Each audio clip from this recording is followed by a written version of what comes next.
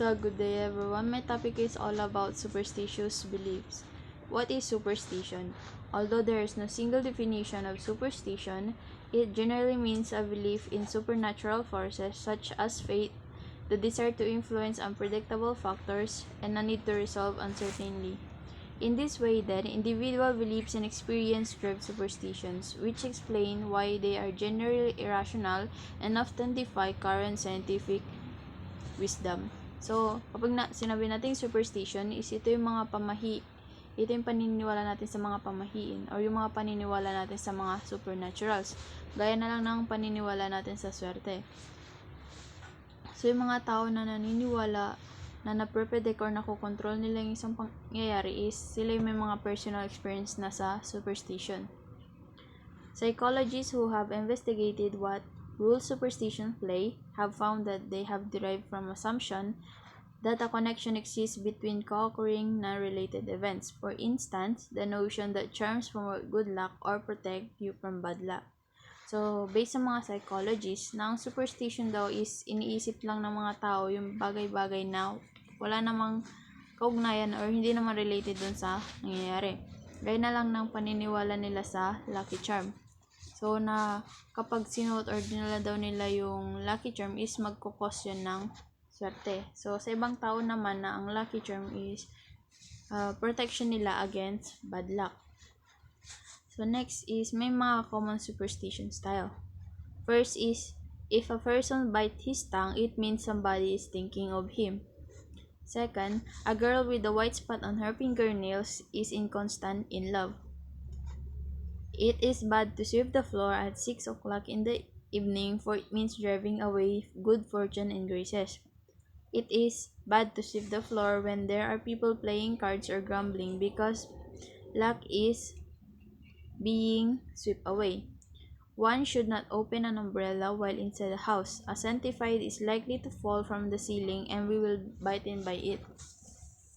If a pregnant woman sews her dress while wearing it, her baby will be born without a hole in the rectum. Superstitions that influence the lives of Filipino. A black cat crossing your path means bad luck. Many people in the Philippines believe that when a cat crosses their path, they should go back to their house and postpone their plan or errand for the day, because pushing with the plan may produce bad luck.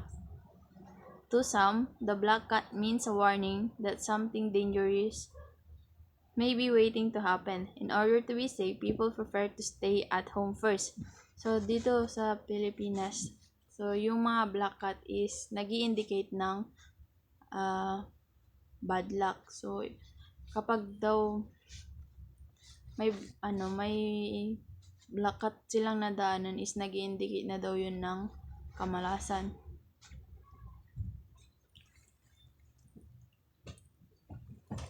The bride should never try on the wedding dress.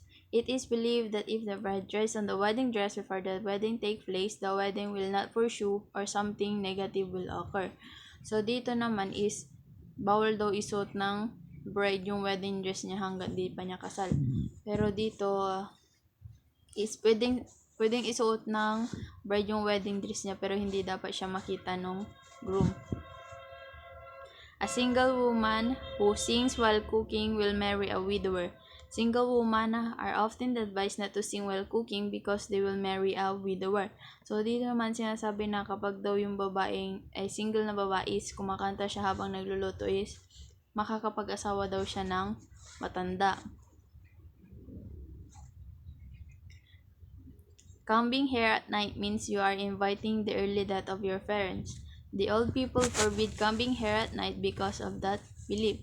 So, ito is paniniwala pa rin siya hanggang ngayon na kapag nagsusuklay ka daw ng gabi is wini-wish yung early death ng magulang. The next is black ants inside the house means good luck. While black ants are parading inside the house, you should be happy because it means that there is something good brewing. It could mean money coming or a job promotion. So, ito naman. So, ang paniniwala na ito mas popular siya sa may mga business. Kasi sinasabi nila kapag daw may black ant sa loob ng store nila is indication daw yun ng swerte. Taking pictures with your boyfriend or girlfriend means engagement will be broken. If you want to marry your boyfriend or girlfriend, then avoid taking pictures with him or her. In some instance, young men and women who are just playing around with their girlfriend or boyfriend would invite their sweetheart to take pictures with them in the hope that their relationship will end.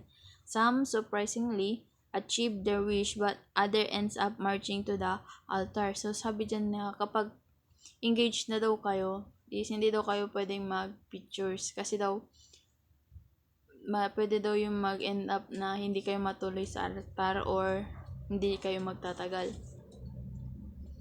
Before moving to a new house, you should bring the following to the house first: salt, rice, water, and a religious image. According to Filipino beliefs, these things will help bring positive energy to the house, which will help the occupants become successful. So, ito naman is para siyang tradition na ginagawa ng mga Pilipino kapag lilipat ng bagong bahay or lilipat sa ibang bahay na mag-aalay muna sila. So, yun daw is nag-i-indicate yun ng nagtatawag sila ng mga positive energy. Next, you should not sit on a pillow because it will mean slow recovery from an illness. According to beliefs, a person who sits on a pillow will undergo a slow recovery process when he gets sick. So, dyan daw is kapag umupo ka daw sa unan is pag nagkasakit ka, matagal ka raw gumaling. Pero dito sa pero yung iba is, ang paniniwala nila kapag daw umupo ka sa unan, magkakaroon ka daw ng higsa. These are only superstitious beliefs, but many Filipinos make these beliefs part of their day-to-day life, whether they are advantageous or disadvantageous. Depends on how the person involved sees the situation.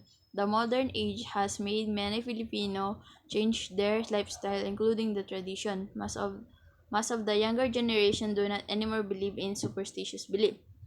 So, dito sa Pilipinas, halos lahat naman ng tao dito is naniniwala sa pamahiin, lalo na yung mga nakakatanda sa atin. So, nakadepende sa tao kung masama o mabuti yung paniniwala na yon. So, pero ngayong modern life natin, yung mga bagong generation is hindi na sila halos naniniwala sa mga pamahiin.